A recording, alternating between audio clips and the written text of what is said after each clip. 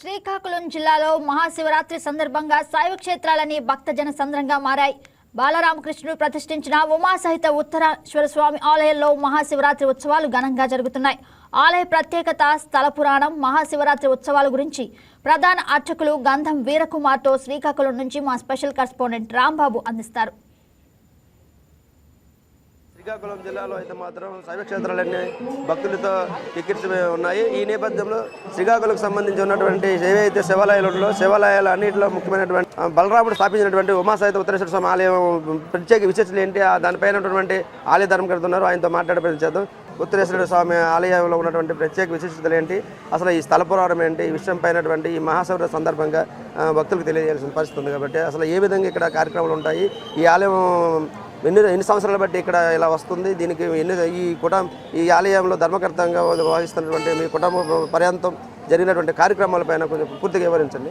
నా పేరు గంధం వీరకుమారు. ఈ ఆలయానికి ప్రధాన అర్చకుడిని. వంశపారంపర్య అర్చకత్వంగా వస్తుంది. మా స్వామి పేరు ఉత్తరేశ్వర స్వామి.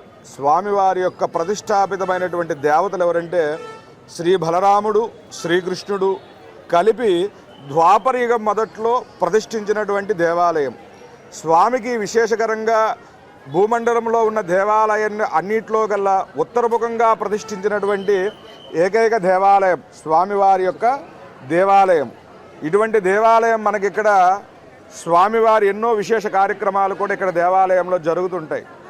అదేవిధంగా మనకి ద్వాపరయుగం నుంచి ఈరోజు వరకు కూడా ప్రత్యేకమైనటువంటి కార్యక్రమాలు కూడా ఈ యొక్క ఆలయంలో జరుగుతాయి. మనకి ఎక్కడా లేని విధంగా స్వామివారి ఆలయానికి సోమసూత్రము, బ్రహ్మసూత్రము ఉన్న ఏకైక శాలిగ్రామ సంభూత లింగం స్వామివారు. మనకిక్కడ అనేక రకాలైనటువంటి స్వామివారికి ఎంత కోరుకున్నా సరే స్వామి మనకు నిరారంభంగా స్వామి దర్శనమిస్తాడు. అదేవిధంగా కోరిక కూడా అంత వేరంగా తీరుతుంది.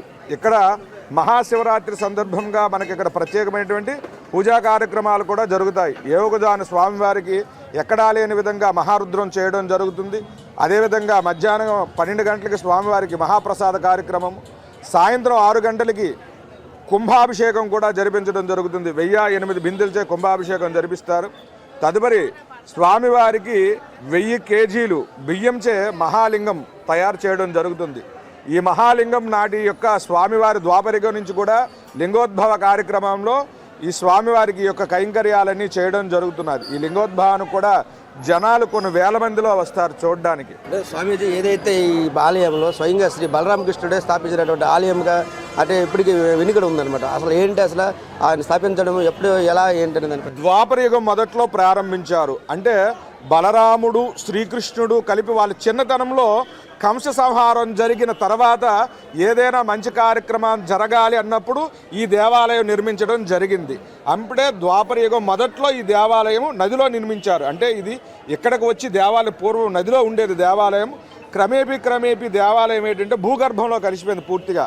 దీన్ని మొదట బావాజీ గారు అనేసి ఇక్కడ మనకి జగన్నాథ స్వామి ఆలయం బావాజీ గారు రాజులు వాళ్ళు ఆలయాన్ని భూమిలో ఉన్న ఈ యొక్క స్వామివారిని బయటికి తీసి ఈ స్థానంలో ప్రతిష్ఠించడం జరిగింది. ఇక్కడ స్థానం అనేటటువంటిది తంగి వెంకటరామరాజు గారు అనేసి వంశస్థులు, వాళ్ళు తంగివారి వంశస్థులు, వాళ్ళు స్వామివారికి వచ్చి ఈ యొక్క స్థలాన్ని ఇవ్వడం జరిగింది. అప్పుడు గ్రామ ప్రజలందరూ కూడా ఈ యొక్క దేవాలయం ఇక్కడ నిర్మించడం జరిగింది. ముఖ్యంగా చెప్పుకున్నట్టయితే ఈ ఆలయంకి ఉన్నటువంటి ప్రాచీనమైనటువంటి ఏదైతే ప్రత్యేకత ఉందో ఆ ప్రత్యేకత కోసం ఉంటుంది. ప్రాచీనమైనటువంటి ప్రత్యేకత ఏంటంటే మనకి ఎంతటి అంటే కరువు కాలంలోనైనా ఎంతటి కష్టకాలంలోనైనా మనకు వర్షాలు పడకపోయినా ఇక్కడ మనకు ఒక ఆనవాయితీ వస్తుంది. మనకి ఏ కాలంలోనైనా వర్షాలు కలకపోయినా, పాడి పంటలు ఇది పాకపోయినా, ఏదైనా మనకి అనావృష్టి అతివృష్టి జరిగినప్పుడు ఏంటంటే స్వామివారికి మహాకుంభాభిషేకం అనేది చేస్తారు. అది ఎన్నో వంశపారంపర్యంగా వస్తున్న కృతి అన్నమాట. ఇది అలా చేయడం వల్ల ఏంటంటే వాళ్ళకి ఎంతో సుఖ సంతోషాలు పొందుతారు. మళ్ళా పాడి పంటలన్నీ అభివృద్ధి చెందుతాయి. ఇదంతా కూడా నాటి ద్వాపరయుగం నుంచి ఈ రోజు వరకు ఈ కైంకర్యాలన్నీ అదేవిధంగా జరుగుతూ వస్తున్నాయి.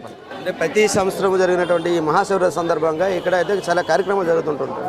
అండ్ ప్రత్యేకమైనటువంటి కార్యక్రమాలు ఏంటి, స్వామివారికి ఏదైతే ఆకర్షణీయమైనటువంటి కార్యక్రమం ఏం చేస్తుంటారో స్వామివారికి ఇక్కడ ఉన్నటువంటి అంటే అన్ని శైవ క్షేత్రాల్లో కన్నా ఇక్కడ భిన్నంగా జరుగుతున్నటువంటి పరిస్థితి కనిపిస్తుంది. ఇక్కడ ఉన్నటువంటి ఈ బలగ ప్రాంతంలో ఉన్నటువంటి ఇప్పుడు ఏదైతే ఈ ఉమాసహిత ఉత్తరేశ్వర స్వామి ఆలయంలో ప్రతినిత్యం జరిగేటువంటి ఆలయాల్లో ఉన్నటువంటి కార్యక్రమాలు, అదేవిధంగా పర్వదినం పురస్కరించుకొని ఏదైతే ఈ మహాశివరాత్రి పురస్కరించుకొని జరిగే కార్యక్రమాలు ఏంటి? అంటే ఇక్కడ మనకి భిన్నంగా జరిగే కార్యక్రమం ఏంటంటే ఎక్కడ కూడా లింగోద్భావన అనేది ఇక్కడ మనకి లింగోద్భావన చాలా ప్రత్యేకము. 1008 కేజీల బియ్యంతో మహాలింగం తయారు చేయడం జరుగుతాయి. బియ్యంతో లింగం తయారు చేయడం అంటే అది చాలా అరుదుగా ఎక్కడ మనకు కనబడదు. ఎక్కడంటే స్వామివారికి చాలా దగ్గరలో ఏంటంటే ఉడికిన అన్నంతో లింగంగా తయారు చేసి లింగోద్భావన తయారు చేస్తారు. కానీ ఇక్కడ అలా కాదు, భక్తులు ఇచ్చిన బియ్యంతో మహాలింగం తయారు చేస్తారు. దానికి ఉద్భవన చేయించి మహారుద్రం చేయించిన తర్వాత ఈ యొక్క ఏ దేవాలయంలో కూడా ఇది జరగదు. ఈ కృతి ఒక్క మన దేవాలయంలోనే ఈ కృతి జరుగుతుంది. అదే మన బయట ఉన్న దేవాలయాలకి మన దేవాలయానికి పెద్ద వ్యత్యాసం. పూర్వకాలంలో మహారుద్రం చేసేవారు, దగ్గర 11 మంది ఋత్వీకులచే మహారుద్రం చేయించేవారు. అది ఎప్పుడో చాలా టైం పట్టేది. కానీ ఇప్పుడున్న వ్యవస్థ బట్టి అది అలా క్రమేపీ రుద్రాభిషేకం చేసి స్వామివారికి ప్రత్యేకమైన పూజా కార్యక్రమం చేయడం జరుగుతుంది. ఈ ఆలయం గతంలో ఉన్నట్టు కంటే ఇప్పుడు కొంచెం అభివృద్ధి చెందే కార్యక్రమంలో ముందుకెళ్తున్నటువంటి పరిస్థితి ఎలా ఉంది? ఆలయ అభివృద్ధి చెందుతుంది. దీనికి సంబంధించిన ఆలయ కమిటీ ఎటువంటి సహాయ సహకారాలు అందిస్తున్నటువంటి పరిస్థితి కనిపిస్తుంది. రానున్న రోజుల్లో ఏ విధంగా ఈ ఆలయాన్ని అభివృద్ధి చేయగలుగుతామని మీరు? ఇప్పుడు ఉన్న కమిటీ అయితే చాలా ఉత్సాహంగా, చాలా అంటే మనం చెప్పలేము. అంటే తొలిటి ఉన్న అంటే ఇప్పుడున్న కమిటీ వాళ్ళు 1000 రెట్లు దేవాలయం డెవలప్మెంట్ చేశారు.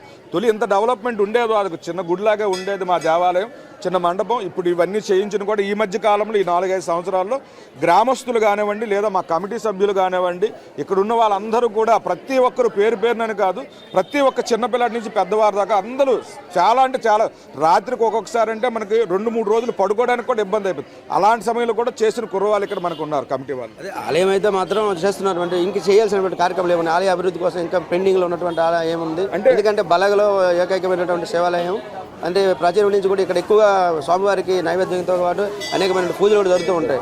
అదేవిధంగా ఇక్కడ వివాహాలు కూడా జరుగుతున్నటువంటి పరిస్థితి కనిపిస్తూ ఉంది. కాబట్టి ఇంక డెవలప్ చేయవలసిన కార్యక్రమాలు ఏమున్నాయి అంటే మేము ఎప్పటి నుంచో అనుకున్నది, ఇక్కడ మనకి దక్షిణామూర్తి దేవాలయము, మేధా దక్షిణామూర్తి దేవాలయం అనుకుంటాం. వెనకత ప్లేస్ కూడా మనకి దాని గురించి ఉంచున్నాము. భక్తులు సహకరిస్తే స్వామివారి యొక్క దేవాలయం ఈ మధ్యకాలంలో భక్తుల సహాయ సహకారాలతో దక్షిణామూర్తి, మేధా దక్షిణామూర్తి ఆలయం కూడా నిర్మించడానికి కమిటీ వాళ్ళు నిర్ణయించుకున్నారు. మహాశివరాత్రి సందర్భంగా అయితే మాత్రం నిర్వహిస్తున్నటువంటి కార్యక్రమాల్లో భాగంగా మనం బలగాలో ఉన్నటువంటి ఉమాసహిత రుద్రేశ్వర స్వామి ఆలయంలో అయితే మనం ఉన్నాం. ఈ ఆలయం సంబంధించి పూర్తి గౌరీ రిపోర్ట్తో సహా ఆలయానికి సంబంధించిన అభివృద్ధి పనులు, అదేవిధంగా ఆలయంలో జరుగుతున్న కార్యక్రమాలను కూడా మనం అడిగి తెలుసుకునే ప్రయత్నం చేస్తాం. ఇది ఇక్కడ ఉన్న తాజా పరిస్థితి. వీడియో జర్నలిస్టు GSS రెడ్డితో రాంబాబు, శ్రీకాకుళం, వైకే న్యూస్.